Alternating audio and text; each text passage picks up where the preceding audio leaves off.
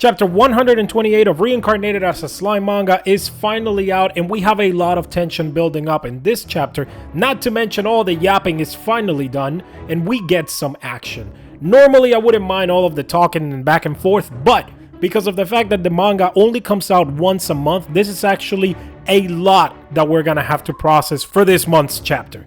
So, let's do a chapter review and see exactly what happened in the latest drop, because Marabel Rosso, or Marabel the Greed, is finally here.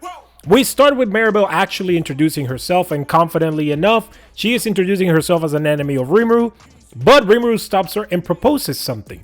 As a peaceful person that he is, he asks Marabel to join him instead. Marabel refuses, obviously, and tells him that he should actually be the one to join her, since Rimuru will be losing anyway. Rimuru obviously doesn't really like that because he doesn't want to follow what Marabel is proposing.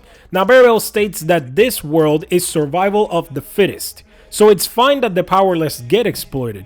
Rimuru gives her a piece of his mind, stating that it's not that simple. Some people are late bloomers or just haven't found their calling, but everyone needs a chance, and Marabel just thinks that that whole thing is silly. She states that no one is born equal and calls Rimuru an idealistic child or one of the have-nots for thinking that way, and she doesn't believe that someone with the power of Rimuru, who is actually a demon lord, can think that way. So Rimuru is done talking and says, let's find out who is right, you or me. At which point someone walks into the room. Obviously it's none other than Yuki, and Kigali is surprised that Yuki has betrayed her. Rimuru may have been expecting this, but she wasn't, and Rimuru just says one word to Raphael, who immediately understands.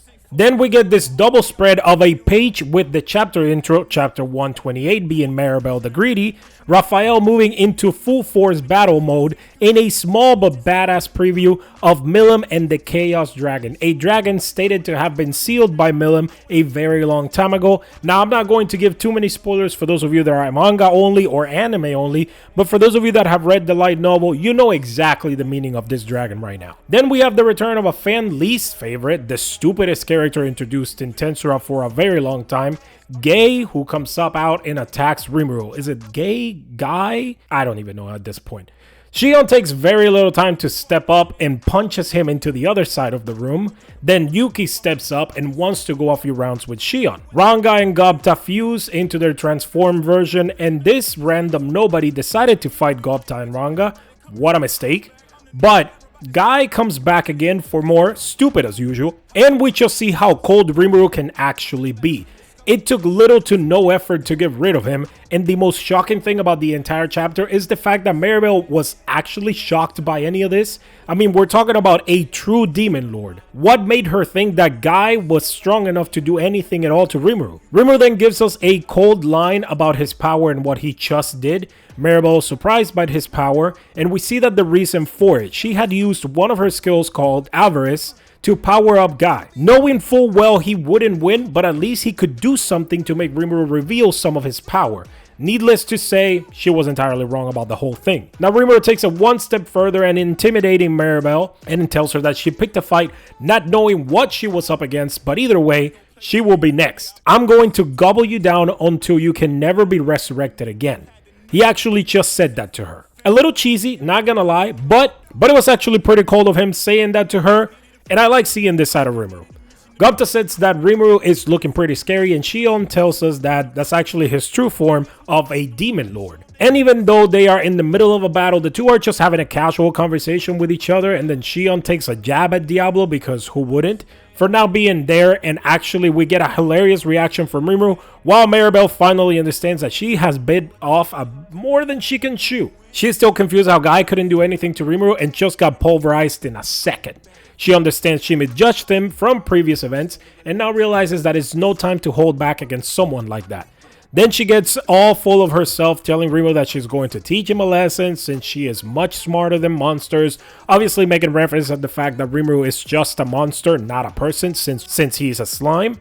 Kind of the series equivalent of being a racist. And we receive a message from Raphael telling us that Marabel has sent out a signal to communicate with someone that is not there. Then all of a sudden Gobta and Shion get weak, and we know that's exactly what it is, because it is a feeling that she has felt before, and it is something that we're all familiar with.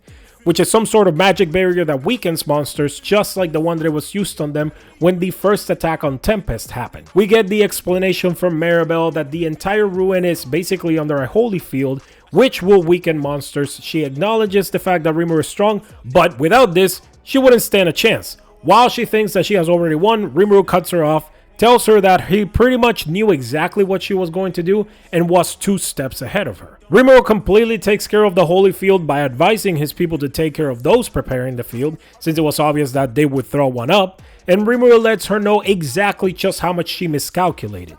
She thought that she was luring him in, but he was actually the one that in fact was using himself as bait. Knowing full well if she were to use greed to control Rimuru, she would need to be present. But Marabel thinks that her ability is still stronger than Rimuru, so Rimuru starts walking up to her. Then Marabel activated her trap card, Lost Entropy, which covers Rimuru with a bunch of black little smoke looking things and then does absolutely nothing. Shion, however, gets very worried about Rimuru and Yuki calls her out on it. Marabel makes a bold statement that she is invincible and Rimuru just isn't fazed by it. He explains that her skill reverses the thirst to live for someone who is actually living. But Raphael already analyzed it and it's done work. It's not gonna work on Rimuru anymore. But for some reason, since he is too good of a guy, he still gives her another warning, telling her to live like a normal little girl and he would let her live. She obviously doesn't like that very much and uses her power on herself. Then she makes the stupid mistake of trying to punch Rimuru. Why? Rimuru grabs her by her small little ankles and just body slams her into the ground.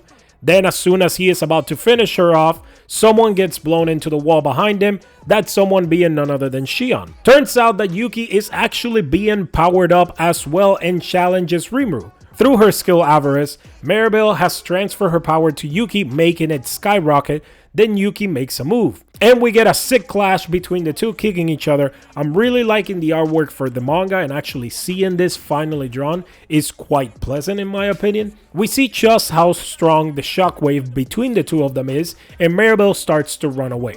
Then Yuki throws another kick and actually removes Rimuru's entire left arm. Raphael gives another statement that Rimuru's universal barrier from his ultimate skill, Lord of Vows Uriel, has been broken. All because Yuki has the unique skill called Anti-Skill. As a matter of fact, it's not just his barrier. All of Rimuru's attacks are being nullified by Yuki's Anti-Skill by suppressing magic and skills. Rimuru asks him about him saying he couldn't obtain any unique skills, and Yuki tells him that it wasn't actually a lie.